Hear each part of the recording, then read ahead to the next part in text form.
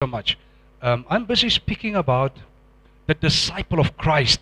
Um, it is very important for you to understand how important discipleship is to God. Now, discipleship. Remember when Jesus said in Matthew 28, one of his one of the last instructions that he gave to his apostles was Matthew 28. Go into all the world, make disciples of all the nations.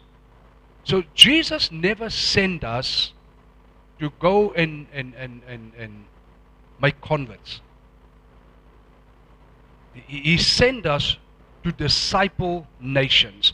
And then he said, and teach them to obey everything I taught you. So becoming a disciple and being a disciple is something completely different than somebody that say, I'm a believer. Amen? You can be a believer in Christ, but you can be a disciple of the world. So discipleship is a transformation process. It's a process where you and I change the way we do things, the way we speak, the way we used to behave. Our character are being transformed. And we are being transformed into the image and the likeness of Jesus. Amen? So I'm talking about discipleship. And the first statement I want to make is a true disciple of the Lord is not unfamiliar with the deity of Jesus in the flesh as the Son of Man. So this morning I'm going to touch on the deity of Christ. Christ's deity is the Christian belief that Jesus Christ is fully God, embodying both divine and human natures. Last week I spoke about the humanity of Jesus. And I explained to you by the Word of God that Jesus was in every way a human being just like you and me. He faced exactly the same challenges. When he was hurt, it was paining. When he fell and as a child and bumped his knee on the ground, blood was flowing. He was exactly like us.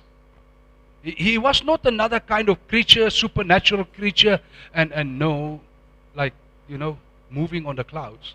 And so this morning I want to speak about his divinity.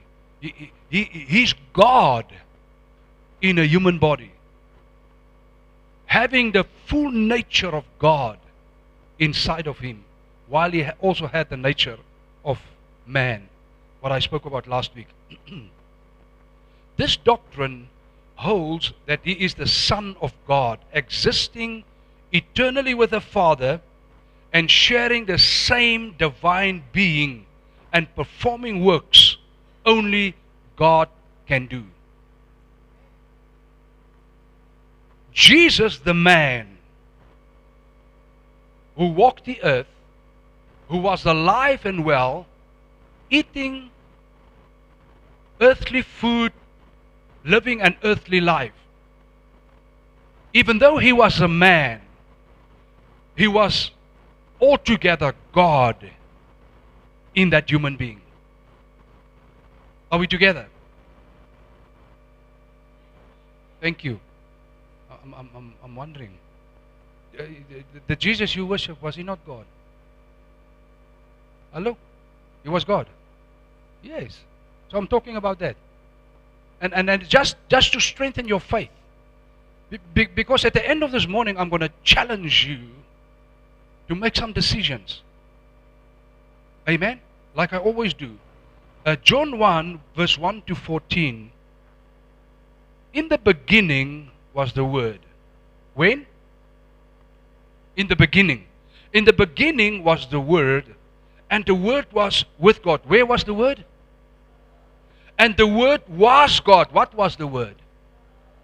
So this scripture is so powerful. In the beginning, wherever God began. And we know that is in eternity past. We don't know where. But in eternity past, where God began, the Word was with him, and the Word was God. Amen? Verse 2. He was in the beginning with God. I love it when the Bible put emphasis on certain things. Like just here. In the beginning was the Word. Verse 2. He was in the beginning with God. So there's no doubt and uncertainty with us that the existence of the Word and God Himself originated and started at the exact same moment. Thank you. Why am I putting so much emphasis on this? Because there are Christian cults. They call themselves Christian. When they come together like this, they call themselves church. They don't believe this. And that cult is in our city. Yes. They call themselves Christians. You think those are Christians like us? No, they are not. They don't believe in the deity of Jesus. They are here. Those churches are here in Rundu. Hey. It's not a church, it's a cult. Okay? All things were made through Him. Through who? Through who? The Word. All things were made through the Word.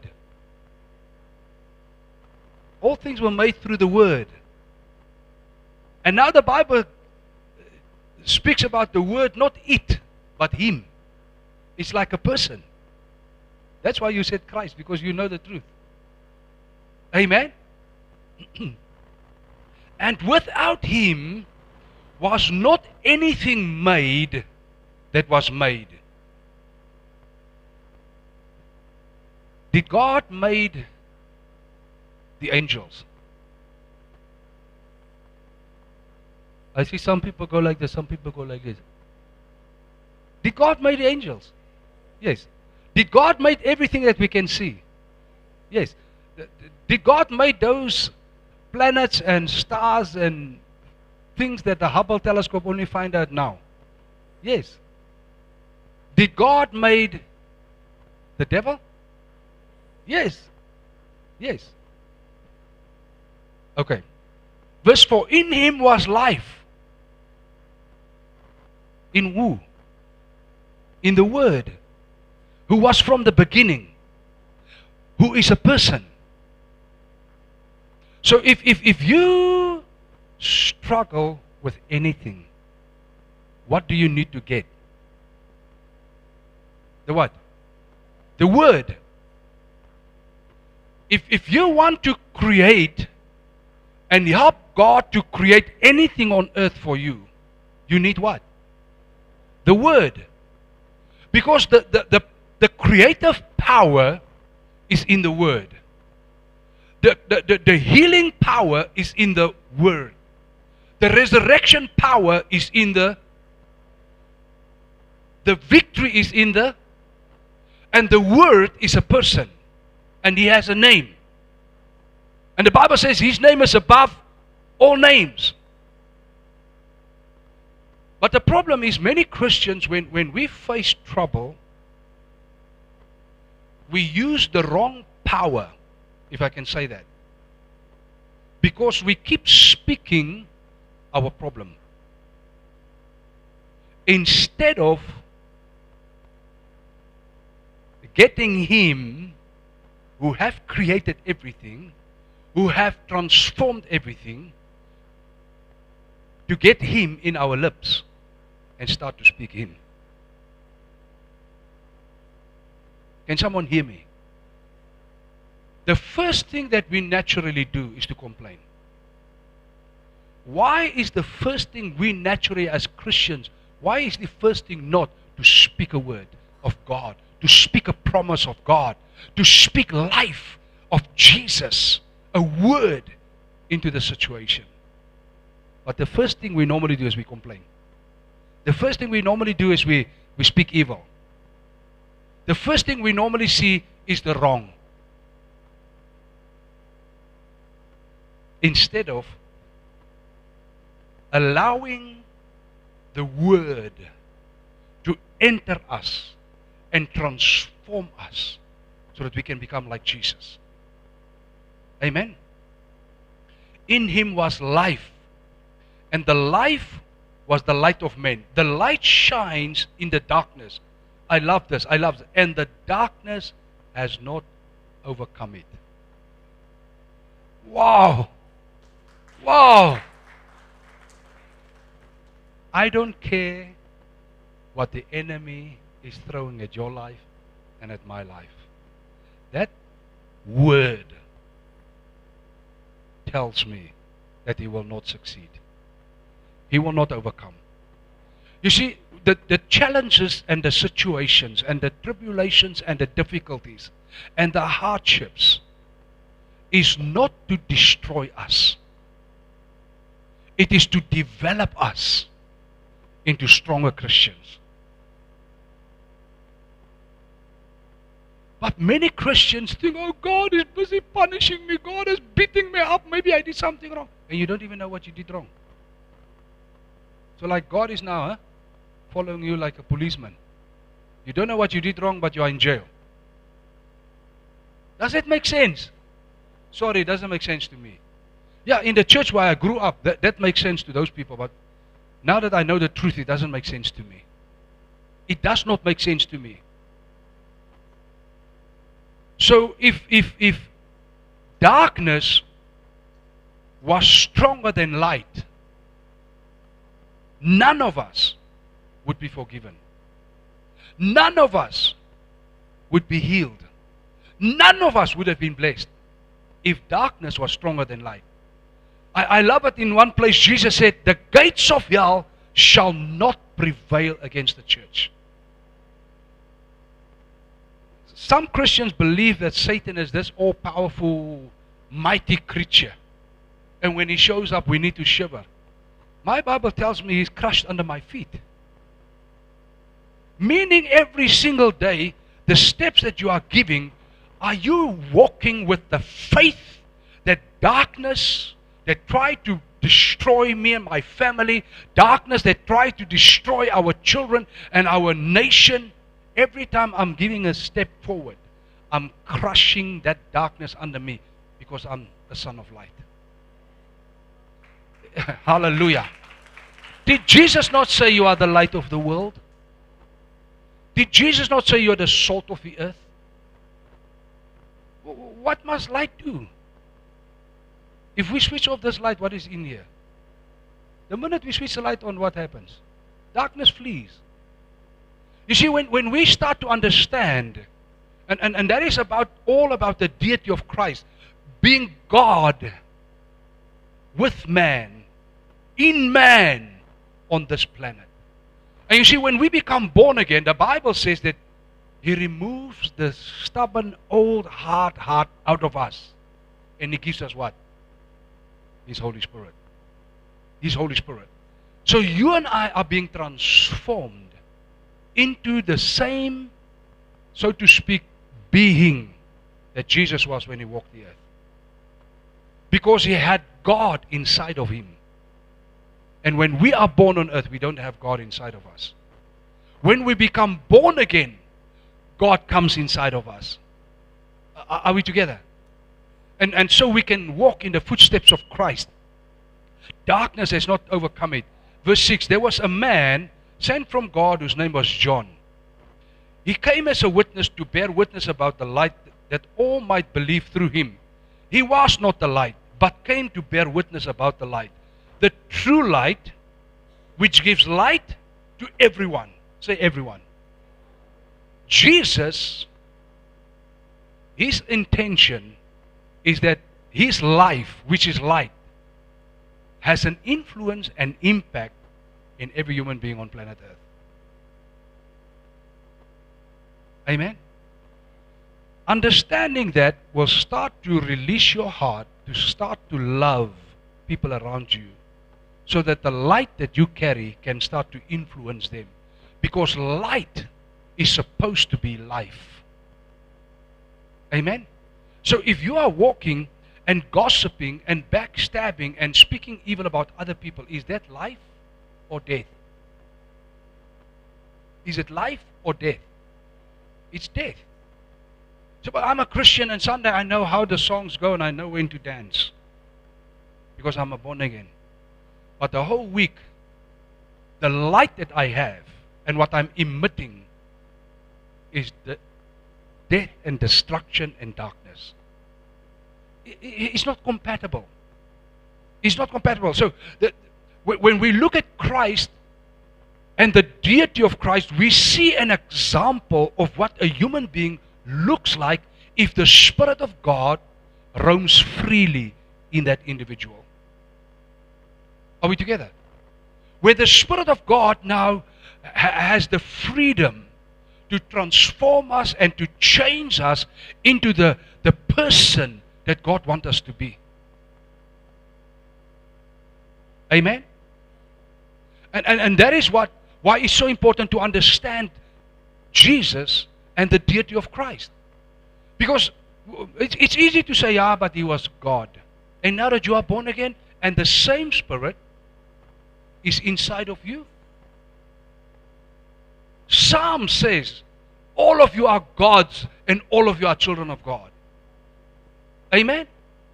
So when God looks at us, when we are born again, He sees us exactly the same that Jesus was when He walked the earth. Exactly. No difference.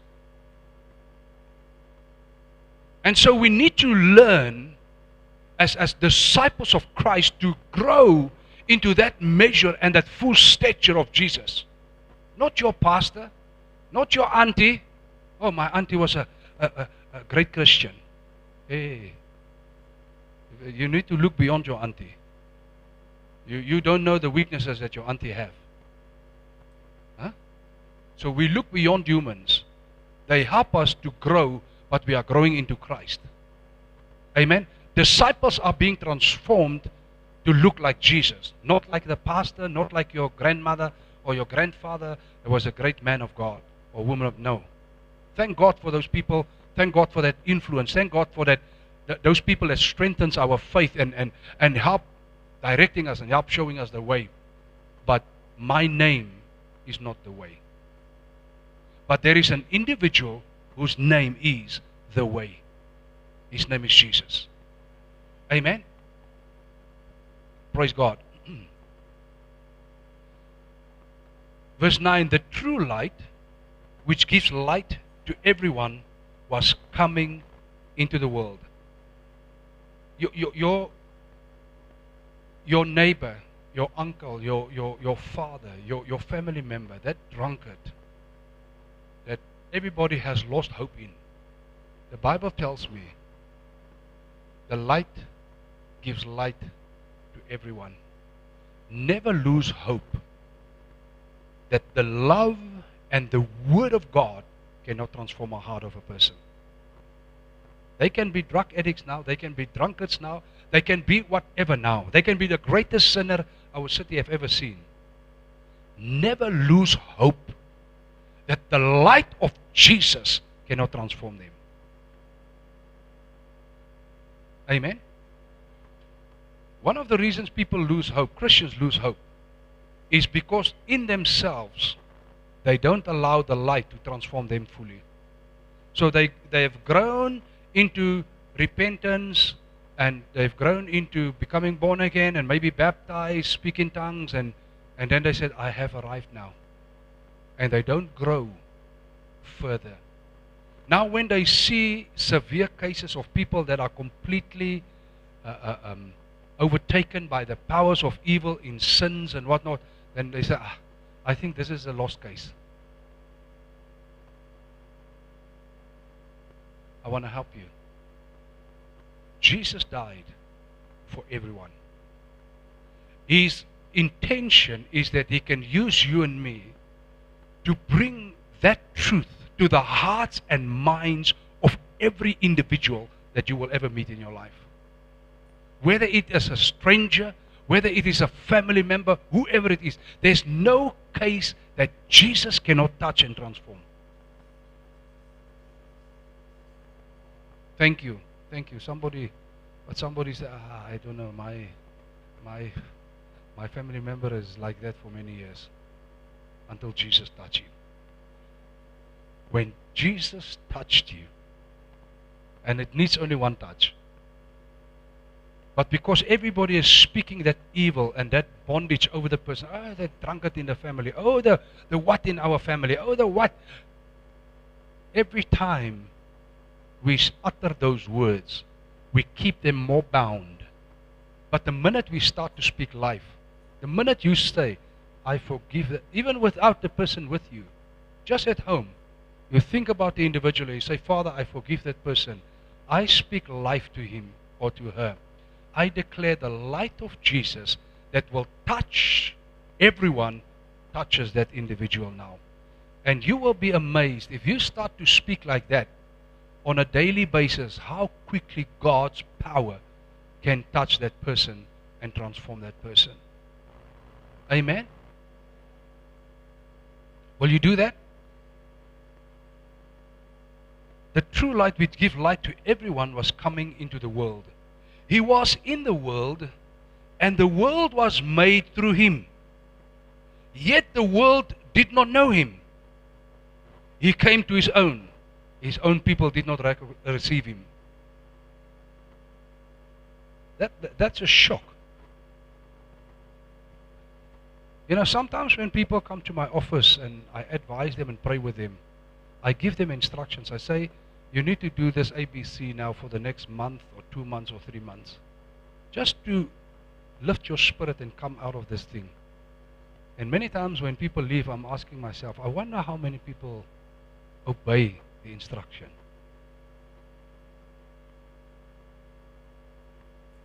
He came to his own didn't receive him. When we give advice to Christians, we are giving the word of God to them, but they don't receive it. They don't receive it. I hope you receive. I hope you receive the word. Verse 12, but to all who did receive him, who believed in his name, he gave the right to become children of God. So the minute that I receive the word from a spiritual leader, I receive the advice. That advice, because of God's, how God have designed his kingdom, God will honor when you take the advice and you do it. God will honor you. Amen? He says, to those who received him, he gave them the right to become children of God. Verse 13, who were born, not of blood, not of the will of the flesh, not of the will of a man, but of God. 14, and the word became flesh and dwelt among us. And we have seen his glory, glory as of the only Son from the Father, full of grace and truth. And that is why we know now, in verse 14, that this word that has been mentioned as a person, now we know in verse 14 only who is this. Now we know it's the Son of God. Amen? But if you just read the first 3-4 verses, 5 verses, it points us all the time back to the Word. Get the Word inside of you. Get the Word in your mouth. Now we know that the Word of God is a person. The Word of God has a name. It's the Son of God. And his name is Jesus Christ. Amen? Amen? So the first thing I want to touch on this morning is, in the beginning was the Word. And the word is logos in the Greek. So the Bible says in verse 1 to 5, in the beginning was the Word was with God, the Word was God. He was in the beginning with God, all things were made through him, without him was not anything made that was made. In him was life, and the life was the light of men. The light shines in the darkness, darkness has not overcome it. So logos is the Word of God, or principle of divine reason and creative order. Logos identified in the Gospel of John with the second person of the Trinity incarnate in Jesus Christ. So John said, this Jesus, he's Logos. He's the Word. But listen, in Stoicism is an ancient Greek philosophy that emphasizes living a virtuous life by focusing on what you can control, your thoughts, actions, and reactions. So in Stoicism, I'm looking at the principal. She's was a teacher, so she will point me. Stoicism. She said it's fine. Okay. That one. In Stoicism, the Logos is an unknowable force. Listen. In the Gospel of John, the Logos became a man and dwelt among us, revealing God to us. It's very important because that is what the cults are doing. The cults do not recognize, when they read the word in John, that Logos is a person. Logos is just that unknowable, it's a force. Now you know which cult I'm talking about. They say there's just a force, huh? It's not a person, just a force. Okay. But in Christianity, Logos became a man. And Logos had a name. So we don't believe in an unknowable force of creative influence and impact, and we can make the correct decisions, and we can control our minds, and we can control our reactions. No. For us as Christians, Logos is Jesus. And that is why you need to become born again, so that by the Spirit of God, He can come and live inside of us. So that the Word can become alive. So that when you say, be healed in Jesus' name, what happens? Logos become alive. Amen? When you say you are blessed in Jesus' name, the Logos comes alive. Thank you. That's why it's so important every single day of your life to take your children and say, I bless you in Jesus' name. You will be prosperous. You will be wise. You will make the right decisions. You will prosper in school. You will prosper in your academics. The favor of God is upon you. And you speak those words on your children. My God. When you blink your eyes, you see, hey, something start to happen with these kids. Why? The word Logos have started to come alive. Because for us, is a person.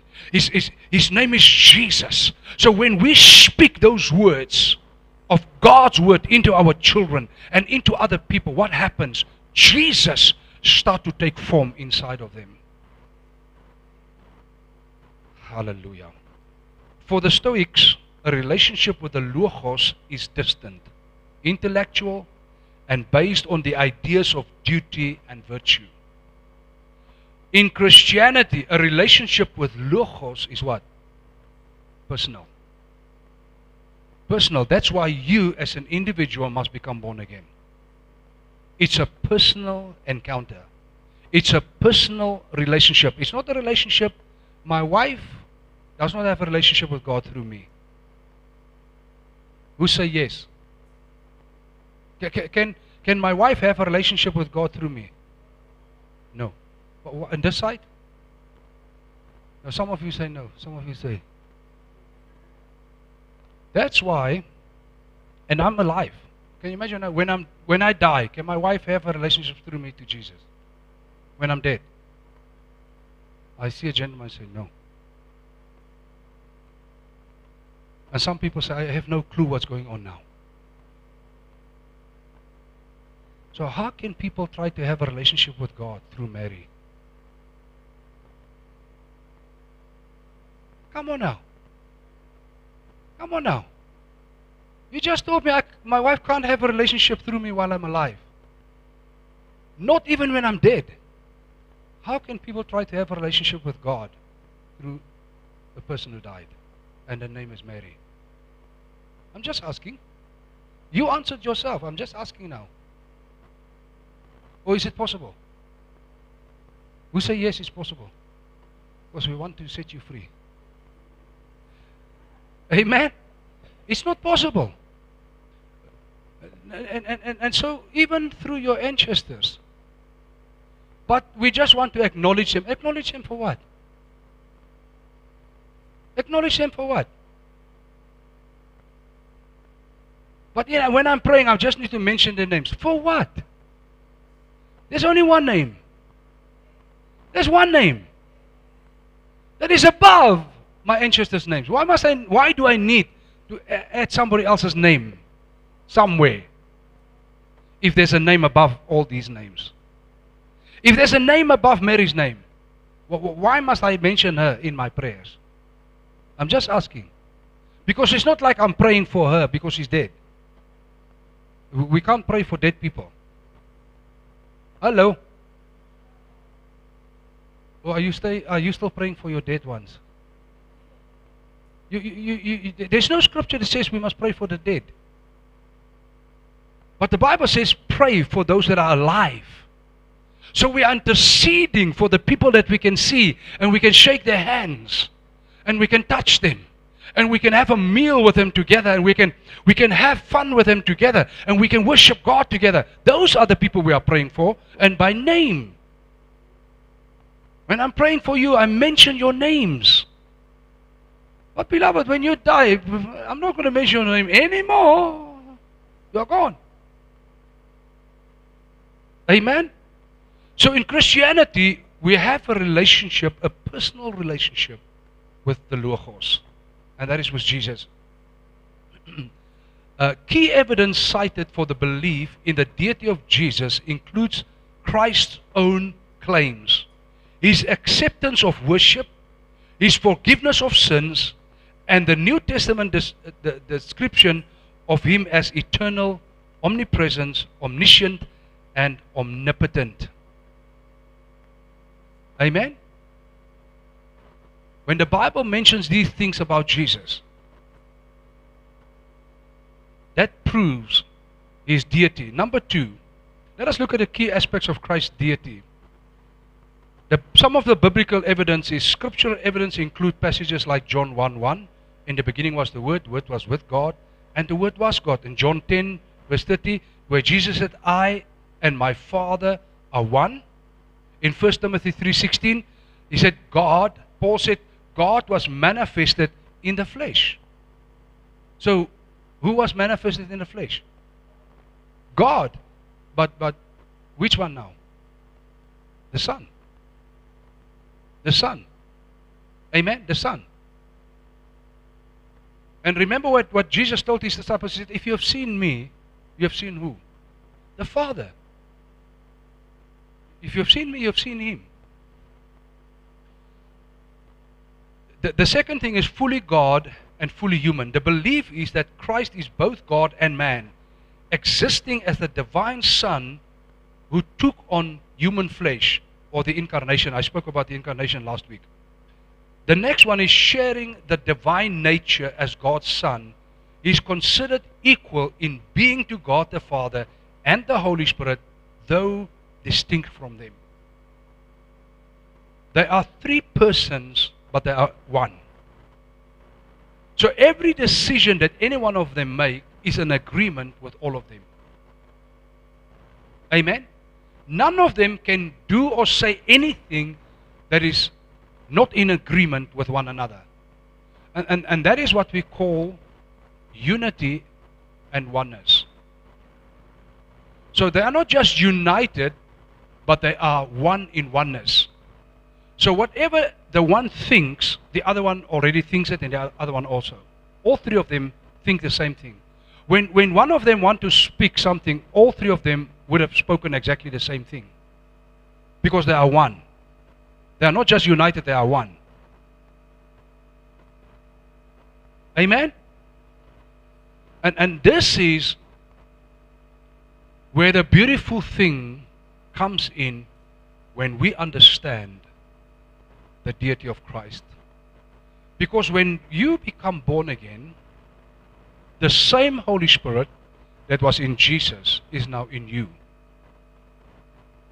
And when we allow by the grace of God and the mercies of God, when we surrender and submit ourselves unto the teaching and the guidance of the Holy Spirit and the Word of God, what starts to happen to us?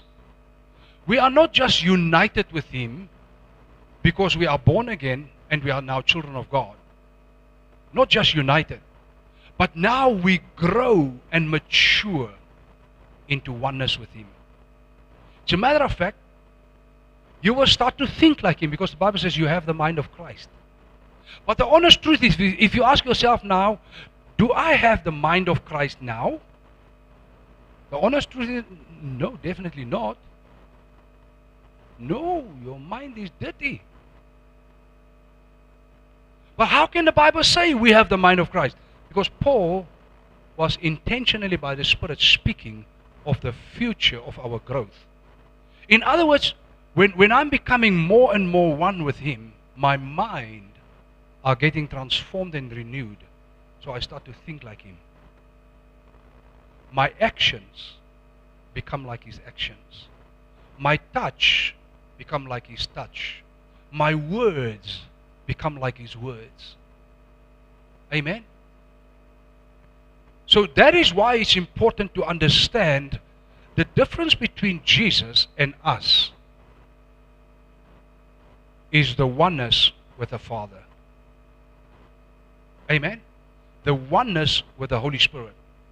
When we become born again, we are now united, but we are not one per se. We are growing and maturing into the oneness with them. Becoming exactly like they. Thinking like they think. Speaking what they speak.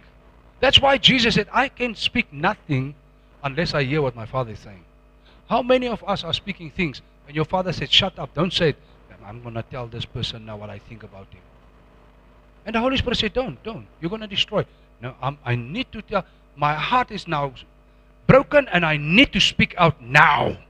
And the Holy Spirit says, shut up, don't say anything. He said, shh, Holy Spirit, just a moment. So we are not one with Him.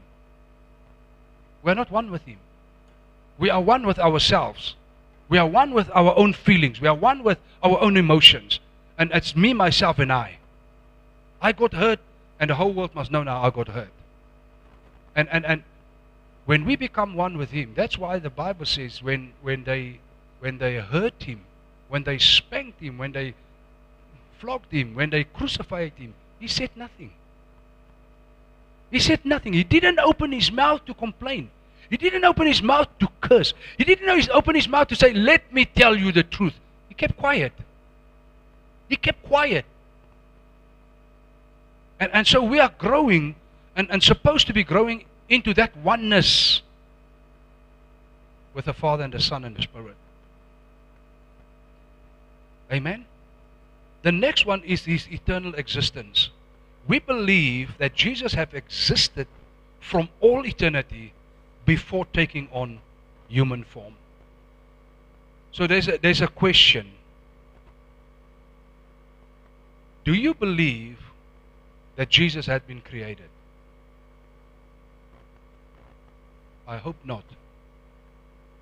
Because nobody created Him. But many Christians say yes, Jesus had been created by the Father.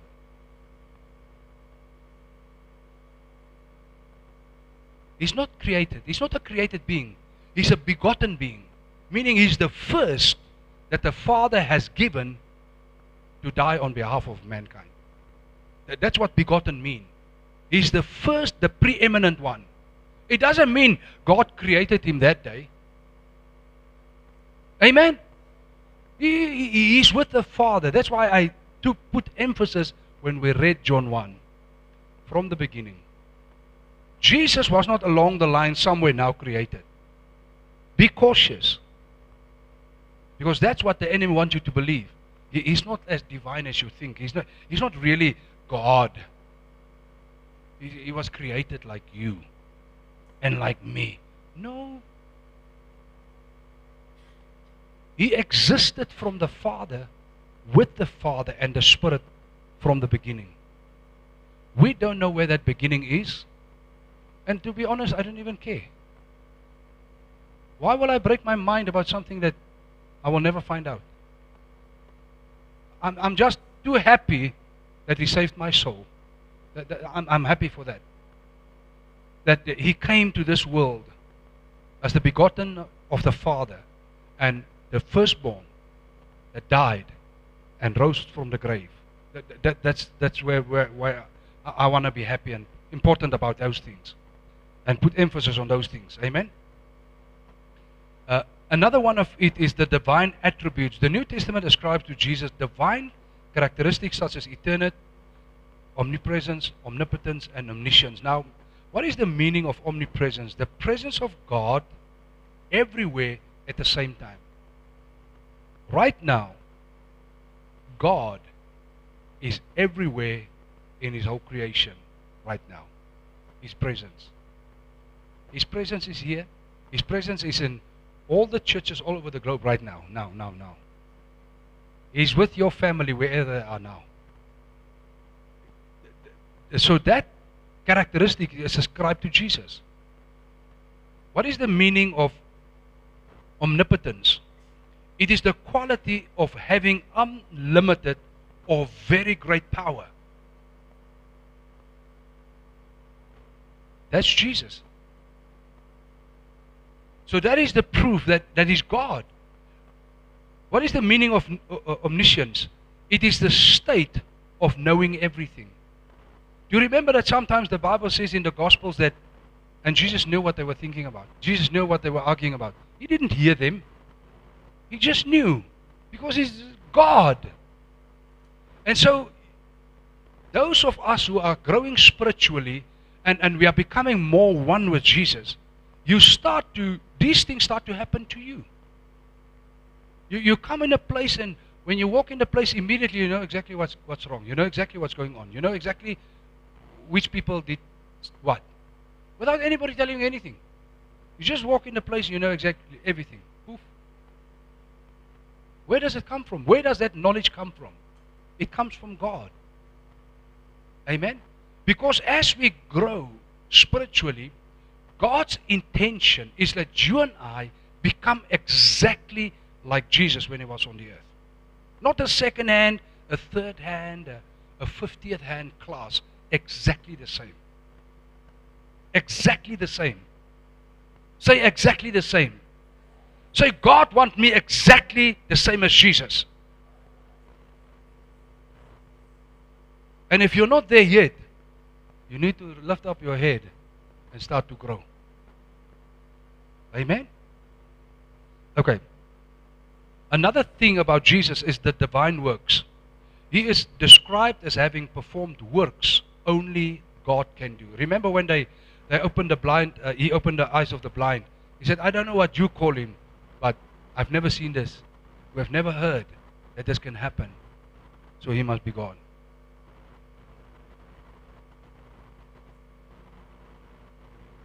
Okay, such as creating and upholding all things, forgiving of sins, and raising the dead.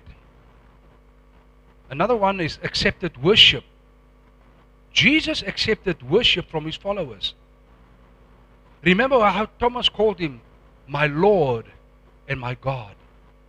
Now can you imagine if you come in here, let me say I've done something great. I don't know what, but let me say I've done something great for you. And you run in here in front of everybody and you say, my Lord and my God. Hey. If I'm not your Lord and not your God, I cannot accept it. I must say, no, don't worship me. Worship God. So here's Jesus. Thomas, one of His disciples, said, my Lord and my God, publicly in front of all of them. And Jesus received it. So He is God. But I cannot receive it because I'm not God. I'm just a slave and a servant. So when people come unto me and say, oh, you are my God, you are my Savior. I say, no, I'm not. Please, I'm not.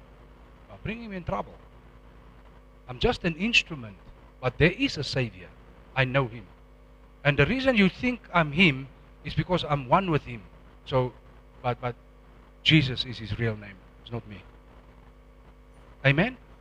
So Jesus accepted that worship. Why is Jesus called the Word of God? Our words reveal to others our thoughts, feelings, and our character. Jesus is the Word of God who reveals the mighty God to infinitesimal man. John 1:14 and verse 18. The Word became flesh and made His dwelling among us. No one has ever seen God but the one and only Son, who is Himself God and is in closest relationship with the Father, has made Him known. So Jesus, who is in the closest relationship with the Father, has made Him known. That's why we call Him the Word of God. The Bible is the written Word of God. Jesus is the living Word of God. Jesus does not simply speak the Word of God as a mere human prophet, but is Himself the Word made flesh. He is the final Word, the ultimate revelation of God. In Hebrews 1, verse 1 to 3, long ago, at many times and in many ways, God spoke to our fathers by the prophet, but in these last days, He has spoken to us by His Son. He is the radiance of the glory of God and the exact imprint of His nature. He's exactly the image, the imprint, everything what God is, was Jesus. That oneness, not just being united, but that oneness. The second thing this morning, I'm going to touch a little bit on the Trinity. In Matthew 28 verse 19, go therefore and make disciples of all nations, baptizing them in the name of the Father, and in the name of the Son, and in the name of the Holy Spirit. So why would Jesus, if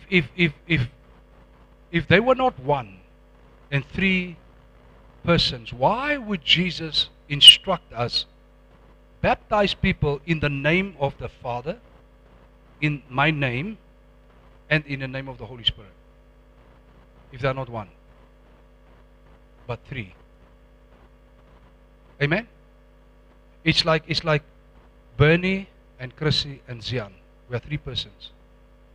My name is Bernie. Her name is Chrissy. His name is Zian. So the one's name is Father, the other one's name is the Son, and the other one's name is the Holy Spirit.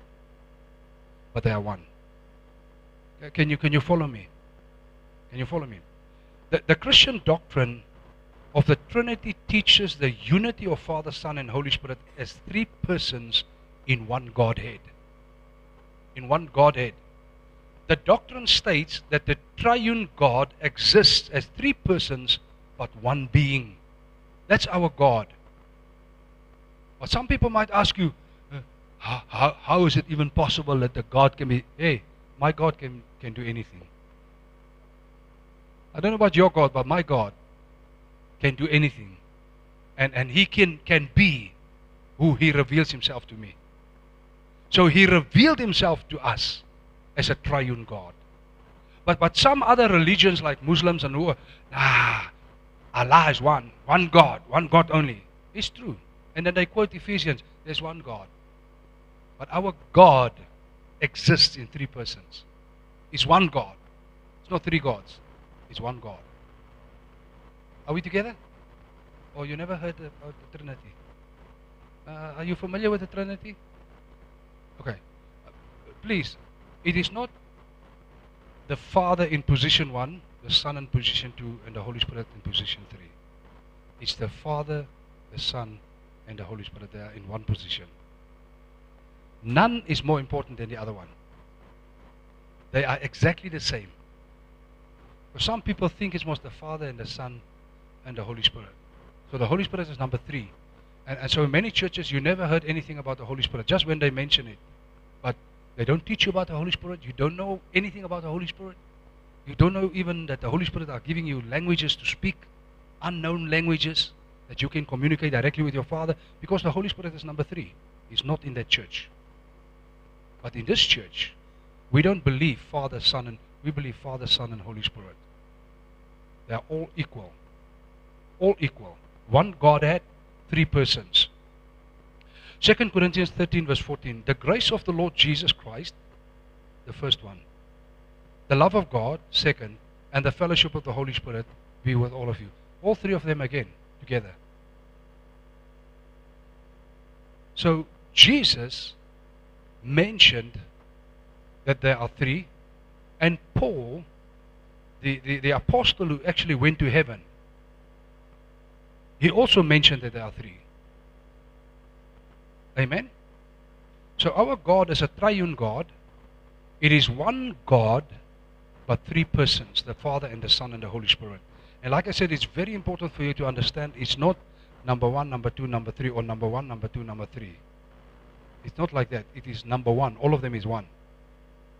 Jesus said we are one. He didn't say we are 1, 2, 3. He said we are one. So they are all exactly equal with one another. But in terms of their functioning or role, they different in when and where. When the Father created, he was prominent. When the Son had to die, he was prominent. And now for 2,000 years, since he passed away, since he went back to heaven, interceding on behalf of us, the Holy Spirit is here as God with us now, inside of us. Can you see that? So that is how, but if you say Holy Spirit, it's like you're saying God. It's like you're saying Father. They have no issue on any identity crises. Nothing at all. When you say Father, the Son and the Holy Spirit said yes. Because all of them say yes. If you say Jesus, all three of them say yes. If you say Holy Spirit, all three of them say yes. But Jesus said, I'm going to go to my Father, and he will send you the Holy Spirit to be your helper and your teacher and to be with you. Amen? So I can address him. Say, Holy Spirit, teach me the word, please. Holy Spirit, please remind me of what my Father said. Holy Spirit, because that's his role, that's his function with us now as the church. But you can say, Jesus, teach me. You can say, Father, teach me. Because they have no identity crisis. Can someone hear me? Because some people want to make things very complicated and they confuse Christians. Oh no, but now you need to pray like this. And then you need to turn to the other one. Then you need to... Huh? Okay. But for me, I've learned it differently. Because they have no identity crisis. If you say God, all three of them respond. So if you say Jesus, they respond. If you say Holy Spirit, they respond. Because they are one. Even though they are different persons. Can someone hear me? So don't get confused on how you need to pray now. I need to pray like this, I need to pray like... I don't know, have you heard those teachings? Huh? Nobody heard those teachings. So I'm the only one. Thank God you never heard it. Just keep on praying the way you pray. Okay, number 3, Jesus is explicitly called God. Jesus is called God. Isaiah 9 verse 6, for to us a child is born, to us a son is given, and he will be called Wonderful Counselor, Mighty God. Mighty God. Now that word in Hebrew is El Gibor. Mighty God is El Gibor. So some of the Christian cults that do not acknowledge that Jesus is equal with God, that is one with his Father, they say Jesus is mighty God, but the Father is almighty. Okay. So we have a problem. If that is true, okay, I'm saying that some cults claim Jesus is mighty, but God is almighty. The Hebrew phrase El Gibor was exclusively applied to Yahweh. Who's Yahweh now? Yahweh is God. In Deuteronomy 10 verse 17, Psalm 24 verse 8, and Jeremiah 32 verse 18. So if as a cult I claim that Jesus is mighty God, but the Father is almighty God. So he's one step higher. And they also believe that Jesus is like a created being. So that's why he's a little bit lower than God. Why does the Bible call Yahweh El Gibor, mighty God? Because they have no identity crisis. If you say Almighty God, if you say mighty God, it's exactly the same. If you say mighty Jesus or almighty Jesus, it's exactly the same thing. So we want to, you see, these cults, they want to confuse people's minds. So thus, if El Gibor, Almighty God, means less than the Almighty God, how is it that Jehovah or Yahweh can be called El Gibor in Isaiah 10 verse 21? So God is called Mighty God. And Jesus is called Mighty God because they are equal, they are one. Okay? We are talking about Jesus is explicitly called God. In Romans 9 verse 5, Paul wrote, to them belong the patriarchs, and from their race according to the flesh is the Christ, who is what? God over all. So Jesus is God over all. They have no identity crisis. No whatsoever. Blessed forever. Amen. In Colossians 1:19, for God was pleased to have all his fullness dwell in him. So God is so happy that all the fullness of God can dwell in all the fullness of God dwell in God. They are one. There's no separation. Colossians 2 verse 9, for in him, that is Jesus, all the fullness of deity dwells in bodily form. As God, Jesus is explicitly called God. Amen? He's called God. One of my pastor friends, he saw a documentary when there was a temple in Israel that was completely destroyed through the wars and what. And so they started excavating, or I don't know what, but eventually they came on the floor of that church. It's a first century church. And on the floor, they had ceramic tiles. And in the tiles, it is written with ceramic tiles, Jesus is God. The very first century believers believed that Jesus is God. Amen?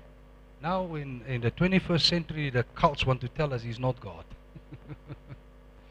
Don't be confused. Romans 9 verse 15. Of whom are the fathers, and from whom, according to the flesh, Christ came, who is over all, the eternally blessed God. Philippians 2 verse 5 and 6. Let this mind be in you, which was also in Christ Jesus, who, being in the form of God, did not consider it robbery to be equal with God. Jesus was, that's why they crucified him. Because they said, you are man, you say you are God. And Jesus asked him, did you not read what the Psalms wrote about you? All of us are gods, all of us are sons of God. In Hebrews 1 verse 8, but of the Son, he says, your throne, O God, is forever and ever. The scepter of uprightness is the scepter of your kingdom. Jesus is God. Our God has a name, the name above all names. His name is Jesus Christ. Amen? Your God has a name. Many of these other Baal worshippers, their God does not have a name, it's just God. Or in whatever language they want, Arab or what, however they call God, God, that's what they have. But our God has a name. Our God's name is Jesus Christ. Another name of our God is Yahweh. Amen?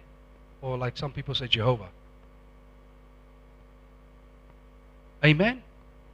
I want you to stand on your feet with me this morning. I'm done. I have 5 questions that I'm going to ask you. I'm calling this points to ponder. The first question I want to ask you, do you believe in the deity of Jesus? Do you believe that Jesus is God? Number 2, do you believe in the Trinity? Or is it like 1, 2, 3? So number 3 is not important. Question 3, do you believe Jesus is a created being or equal with God? Remember, I asked you that question. What do you believe? Do you believe that God created Jesus? Or do you believe he's exactly one with him, he's equal with him? When God started to exist, Jesus already existed with him. It's very important. It's very important. These things, I'm busy training and teaching and equipping the saints, the disciples.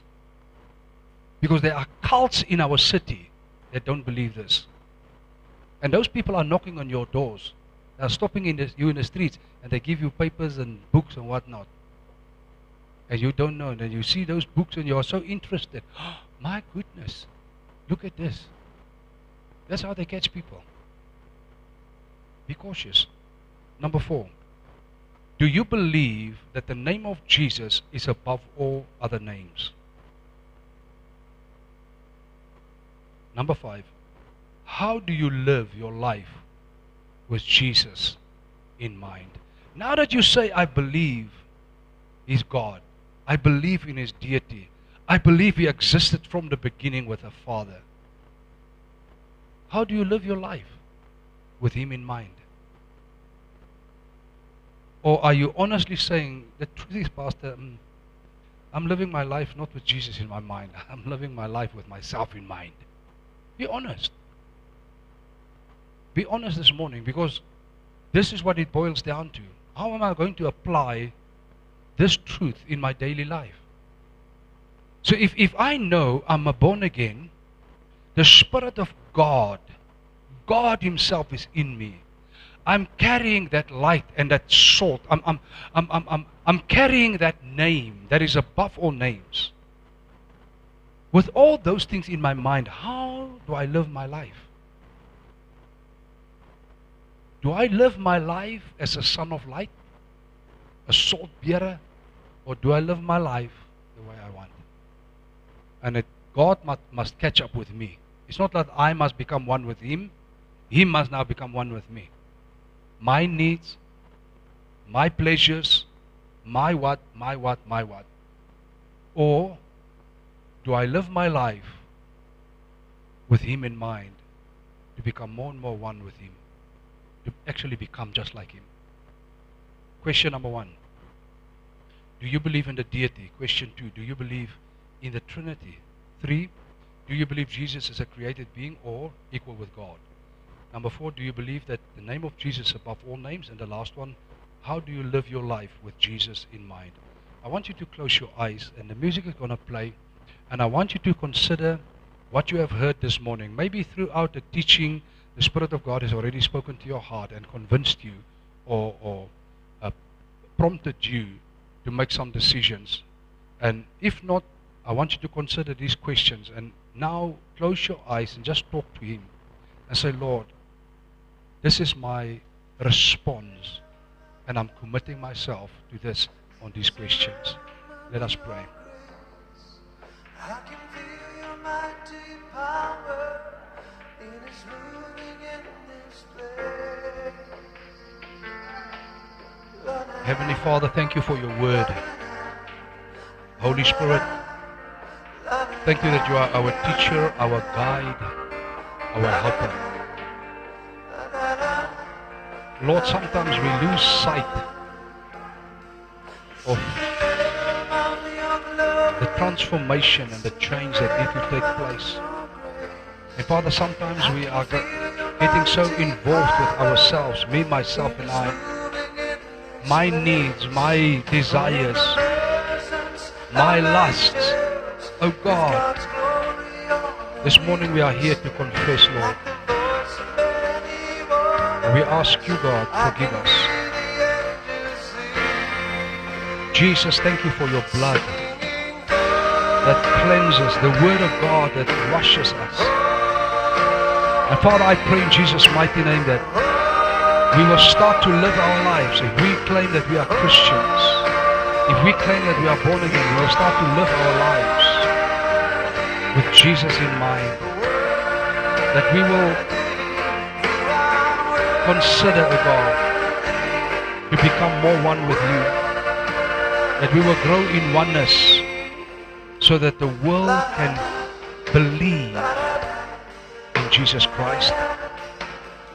Father, thank you that it is your dream and your desire for each one of us that we should mature in our faith, in our spiritual life, in our whole being, mature in the image and the full stature of Christ, completely one with Him, completely one with you.